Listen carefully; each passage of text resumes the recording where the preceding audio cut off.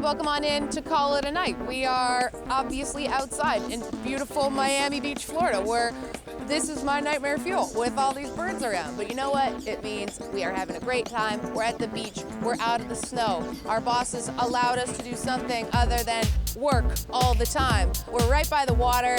I love looking out at the whales, at the seals, and oh my gosh! Oh no! That my one viewer is drowning!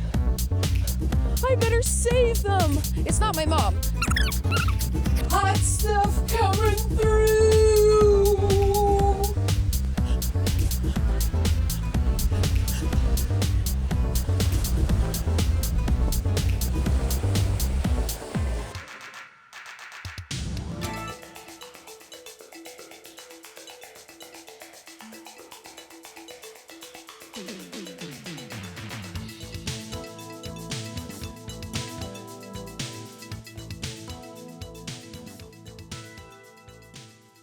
Welcome on in to Call It a Night. I'm Julie Stewart-Binks. We are here on Miami Beach, Florida, South Beach, baby. This is where the action is because it is Super Bowl week. We're going to Radio Row. We're going to talk to athletes, entertainers, and we're going to have a lot of fun.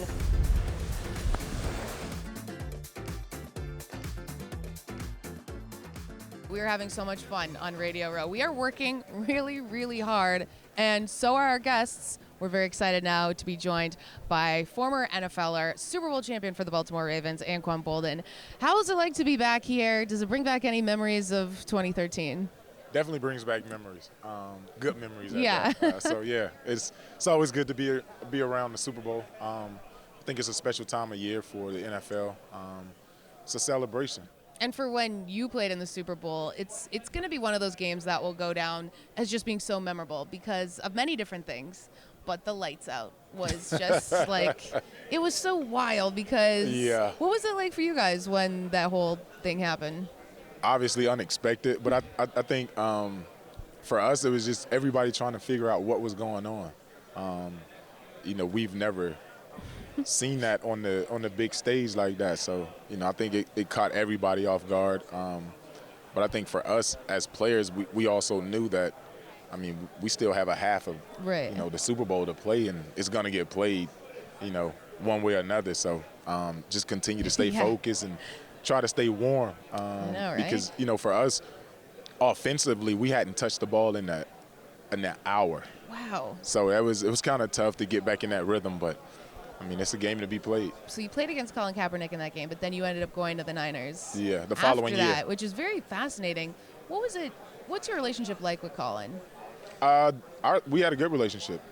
When I was traded to San Francisco, I was brought in as a piece to help them get over the hump.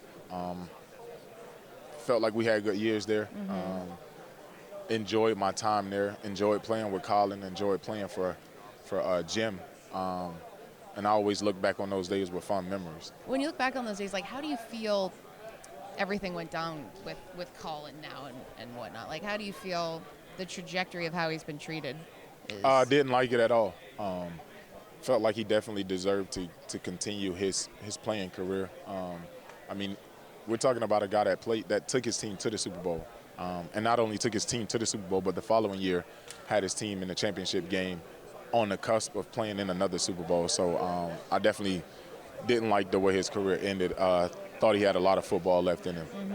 And when you retired in 2017, you said that you felt like your purpose was sort of greater than football, and you've already been doing so much even this year with the Super Bowl ad, and obviously the tragic loss of your cousin Corey Jones to police brutality. How do you sort of feel you want your message to be in terms of opening up the conversation again, almost similar to what Colin did to originally in the NFL? Yeah, having a conversation, but I think just taking it a step further and coming up with solutions. I've seen over my lifespan, protests happen and nothing come from them. But I don't want us to have that same mistake here. While we have the opportunity and while people are talking about it, let's come up with ways that we come up with solutions to where we don't have to protest 20 years from now about the same things. What would be advice you would give, even just us, me and the media, that we can do to kind of help further the conversation on a bigger platform? Well, I think information is important. I think a lot of things happen in this country because we don't know. I think the more that people know, the better off that they are, the more informed they are to making decisions. For example, if you say out loud some of the things that are allowed in this country, it will be shocking. Like here in the state of Florida, a couple months ago, we had 2 6-year-olds arrested, handcuffed. Wow. See? 6-year-olds. You know what I'm saying? And you think about how that alters the life of that 6-year-old, their families. I have 2 sons, 15 and 9, and I can't imagine somebody putting handcuffs on my 9-year-old son. In the state of Massachusetts, you had kids as young as 7 years old being tried in the court of law. Wow. So like when you say those things out loud, Yeah. most people will be like, no, that doesn't happen here in the United States, but yes, it does. And those are the things that we need to address in this country if we're ever going to get to a place where we want to be. Well, it's important that you are creating this message, putting it on here, helping us understand how we can be better at getting people involved in the conversation. And another place that is very good at helping people do their job is Office Depot. Most definitely. Most definitely. Office Depot has similar ideas as me. That's why the partnership was a no-brainer for me. They believe in investing in our youth. They believe in investing in education. They believe in investing in small business owners, which in turn helps our community as a whole. So it's been an honor for me to work with Office Depot. And, you know, we did an event at one of my former elementary schools, and just to see the smiles on these kids' faces, to see how inspired they were to achieve their goals, I mean, it meant the world to me. That's great. Anquan, thank you so much for joining us here today. Former NFL Super Bowl champion Anquan Boldin, who is here with Office Depot. Make sure you check out everything with Office Depot, OfficeDepot.com. And we will have so much more coming up after the break on Call It a Night.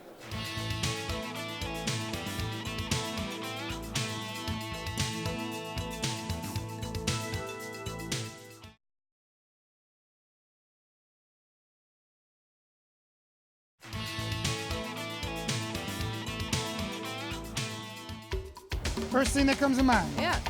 Okay. Someone's touching your butt right now? Hey, you're in Miami. I told you. Yeah, wow. You're in Miami. Wow, things are getting a little crazy here at Media Night. Welcome back into Call It a Night. We're having a great time on Radio Row. So many interesting faces, great personalities, including my next guest, Indianapolis Colts linebacker Darius Leonard, who was Defensive Rookie of the Year. You're just coming off of your first Pro Bowl. How was the experience? I mean, it was great. You know, just getting to the level where you know that all the guys that's great in the NFL is going to be there. There's no, so it was amazing. And then, you know, I get to spend time with the family, you know, and just get to know guys. Yeah, so after that week, like, who are you now best friends with that you weren't before? Best friends with, you know, just talking to Dick Henry the whole time. You know, he's huge. You know, trying to get him to kind of drop a load off on me a little bit. So, you know, he's a big guy. You know, trying to tell him, hey, man, stop running the ball so hard. So, you know, I just say him. That's awesome, because you were mic'd up during the game, Yeah. which is pretty cool. When you're doing that, did you ever think, like, were you reminded, like, oh, wait, like, I got a microphone on right now? Nah, because I'm me no matter what. You know, I'm a happy, fun guy. I love to have fun. And, you know, when I'm on the field, you know, if it's going good, you know, I'm going to be happy. But if not, you know, I'm going to be upset. And whatever I say, you know, they don't take it personal on the mic. So, yeah. Yeah, how would you describe sort of like your on-field trash-talking type of guy? I don't talk too much trash unless someone say something to me. Okay. That's when I start. At first, you know, I'm out there, you know, especially when I'm playing with somebody that I grew up playing on Madden or something. You know, at first you start off, hey man, good job, hey man, I've been playing with you on Madden, you a great guy. Then once he says something out of the way, okay, wait a minute, all right, now you're an enemy. So that's when roles switch a little bit. You sound very cordial out there. You're I am. like, hey, good job, man, out there. Yeah, I mean, I love to have fun until the games get real close. Say it's fourth quarter, maybe 2 minutes left to go in the ball game. Now, you know, I got to make a play. Instead of him, instead of just making a tackle, all right, now I want to make you look bad. I want to get the ball out your hand. I want to celebrate. So that's my time right there. So I say, baby, the end of the game or the end of the half, that's when I really get in my competitive nature. Yeah, that's where the maniac comes out. Yeah. Okay, so tell me how that nickname came to fruition. When I was my junior year in college, playing against Clemson, I had 19 tackles that game. Wow. And I came back on campus, and somebody was like, you play like a straight maniac. And when he said it, it kind of stuck then, and ever since then I was like, hey, you know what? Hashtag maniac, my nickname maniac, and with a name like that, you got to step up. You gotta have that ego to be a maniac, and I got to go on the field. I got to make plays. I got to go crazy, and it's perfect fit for me. You were on a social justice panel here, right, in Miami this week. We talked about you being very mature and your messaging. What's the biggest takeaway from the conversation about inclusion and social justice in the league? That there's so many people stepping up now. And it's about time because there's so many people who don't use their platform, and there's so many kids who need guidance, and like everybody see all the bad things police do, but they don't see all the good things police do as well. So now in young black kids' head, they think, hey, I can't even say hey to the policeman. When I was growing up, there was so many times where the police came. I was shooting basketball at the park. If I'm walking alone, he pulled up, hey, are you okay?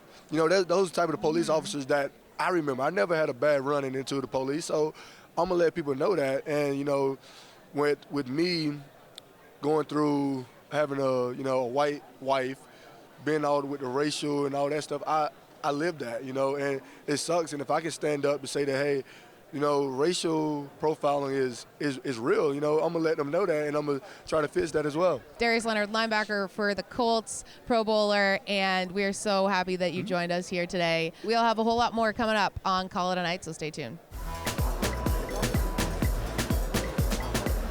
We're having a whole lot of fun here on Radio Row, and no one knows that better than my next guest. You know him so well, former wide receiver for the Green Bay Packers, Super Bowl champion Jordy Nelson. You said right now this is your first time doing Radio Row, like on this side of things. Yes, I always said no to it just because I didn't want to talk about how we probably lost in the playoffs, because if you didn't lose, you were playing in the Super Bowl. But so now, yeah, it's fun to be back down here to see it all, see the insides of it, and enjoying it.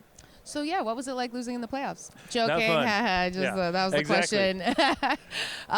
Yeah, but you're retired now, and you are now doing some farming, I was reading, right? Yeah, like so you're back I grew on up. the farm. I grew up on a family farm in Kansas, and I've said before I relate more to being a farmer than an NFL player. And then so once I retired, my wife and I grew up together, so we've moved back home. I own over about 2,000 acres, and I help my brother farm probably 3 to 4 or 5 days a week. Wow. For the most part. Obviously, there's times I can get away to do things like this, but if I'm at home, I'm usually out on the farm helping him do different things. That's incredible. And I got to ask, you played with a ton of guys. Who would be a good farmhand? Oh, man, a good farmhand. Like, who's really good at milking cows and taking care of. Yeah, we didn't milk cows growing up, so. That's probably the biggest stereotype, it right? Is. Yeah. Well, especially when you play in Green Bay, Yeah. in Wisconsin, because there's a lot of milking cows there. I will say I brought back James Jones, Greg Jennings, and a guy who was in my draft class, Brett Swain, and we did a little work. They were all for everything. They stuck their hand up a cow's rear end all the way up to their elbow, which seems a little unnecessary, but we do our own breeding. How is that even possible? It's possible. There's a long story to it, and it would be for a different show yeah, probably, yeah. but so I think the first step is they're willing to do whatever. They were willing to get muddy. AJ Hawk was another one that came back and helped sort cattle, and so he was out in the middle of the pen helping us out. So the thing is, if you don't grow up with it, there's a lot of learning that you have to do, and it takes some time. But I think those guys did a great job of just stepping in and honestly just being willing to do it. What we're going to do now is check out what you're plugging. Yes. A little booze. Yes. So I'm here on behalf of Michelob Ultra Pure Gold. So it's an organic beer. And so what they're doing, their promotion is 6 for 6-packs. So for every 6-pack of Pure Gold beer that they sell, they're going to turn 6 square feet of farmland into organic farming. Oh, great. So there's less than 1% of farmland in America is organically farmed. And it's a long process to become an organic farm. So it takes like 3 years of a process to get out of what would be normal farming into organic farming. So there's a lot of overhead, there's a lot of cost, a lot of expenses for it. So what Michelob Ultra is doing is the proceeds from this campaign is going to help those farmers in the transition to become organic farming. And the reason why they chose 6 square feet of farmland is because it takes 6 square feet of farmland to produce a 6-pack of pure gold beer. It's just science on science right Absolutely. there. You are the perfect person to represent this right And now. that's why we're here. And, I'm here to promote any agriculture possible. Agriculture. And drinking. And drinking. Responsibly. Thank you so much, Jordy. Really. No problem. Thank you.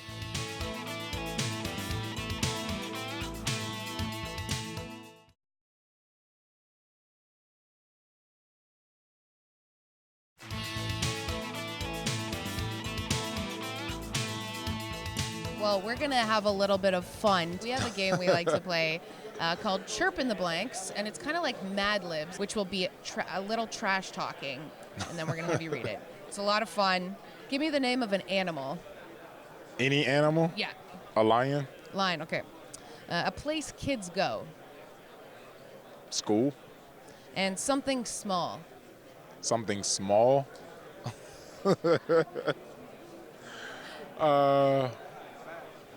Just say a marble. A marble. Yeah. Great, that is very small.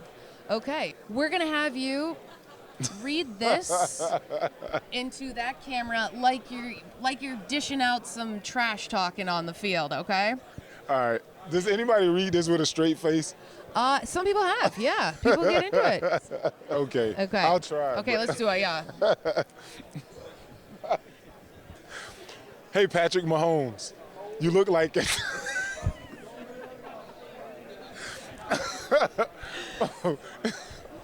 you look like a hairless baby lion. Baby lion. You don't belong in the NFL. You should be under adult supervision at a school. Grow up, you little marble. That's awesome. I mean, that is a creative chirp. We are rocking and rolling here at Radio Row in Miami, Florida, and I'm so excited to be joined by Hall of Famer Tim Brown, who spent 16 years in the NFL and spent most of your career with the Raiders. Yeah, 16 with the Raiders, one with Tampa. One with Tampa. Can't forget that one. You can't forget that one. No, it all makes up to 17, which would be the number. It helps with the pitching checks too, right? Oh, I'm sure, right? Now, you've been vocal this week about the Super Bowl matchup in saying that it is your worst nightmare. I mean, for a Raider fan, it really is. I mean, you got the Niners and the Chiefs. I mean, I want neither one of these teams to win. I mean, can we have like a major power outage with 2 minutes to go in the game? Well, I think we can, yeah. That happened a couple years ago, Yeah, right? I know. So you mentioned leaving Oakland, going to Vegas. You took a tour, right, of I the did. stadium so far. What stood out to you about it? I love how they have made the locker room really, really close to where the fans are, where the players will almost be able to hear the fans right before they come out. It's not a long walk. It's literally around the corner. And I think that part of it is going to be very special. Of course, the opening of the doors and with the big flame there, I think is something else that's going to be really, really special in honor of Al Davis. I just think seeing this in the heart of the Strip in Vegas is really going to be something to behold. And I just hope they can go and play really good football, because if they do, this would be a fantastic, unbelievable experience. We want to know what do you got here for us today? Well, look, hey, I'm Tim Brown, right? So, yeah. People know me for being super clean. So when I started talking about this, people looking like, Tim, what's going on? you changing to your old age or what? But I found a company that finally is really doing these products the right way. They found a way to own their own farms where they don't have to worry about the products being, a little extra stuff being in there. Yeah, totally. Yeah, so I told them, look, I've never had a joint in my life. So if there's something in here, I'm going to know. All right? We're going to have a problem. That's good. You got the seal of approval, right? Right, exactly. So, but certainly they're trying to do things the right way. Today this week they're running what they call a BOGO 50, buy one, get one 50% off. They got different levels. You got level 2, you got level 3, you got level 1.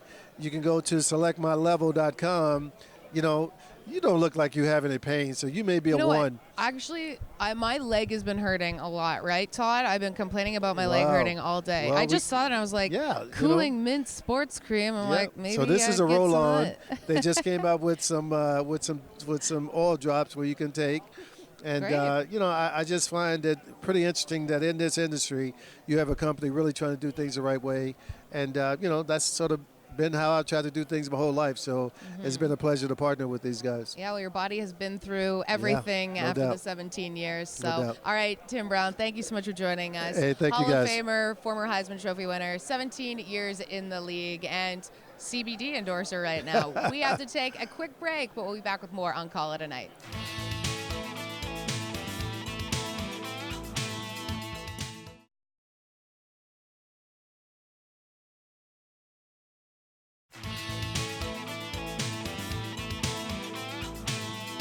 Okay. You're the one that put it on the list. I know. That's whatever. I guess I haven't gotten over him yet. Ha ha. No. My current boyfriend, please don't watch this. All right. Regroup. Green Bay Packers, you guys won a Super Bowl. Aaron Rodgers. I got just one or two questions about him. Okay. Aaron Rodgers is most likely to listen to this band or artist for the rest of his life. I gotta pick him? Yeah, like you know him. Oh my goodness. Dang it, I have one and I need to think of it. Oh, we'll say Nickelback. Oh, he's a big Nickelback guy. I don't think so, but I think it's an inside joke, so we'll go with it. All right, yeah. Welcome on into Call It a Night. We are here on Radio Row getting ready for the Super Bowl in Miami, but we are seeing some big stars here today. I am so excited to be joined by actress Busy Phillips. You are here promoting your Super Bowl commercial that you got coming up. Yes. And we want to talk all about, because we had Lily sing on, and she was telling us just like what a great empowering moment it is. Yeah, it's pretty incredible. Yeah, hashtag make space for women. Hashtag make space for women. For every tweet using the hashtag, Olay is going to donate $1 to Girls Who Code, encouraging more women and girls to get involved in engineering and science. That's so epic. Like, yeah, it's epic. It's epic. We're looking just for gender parity across all industries, right? Like,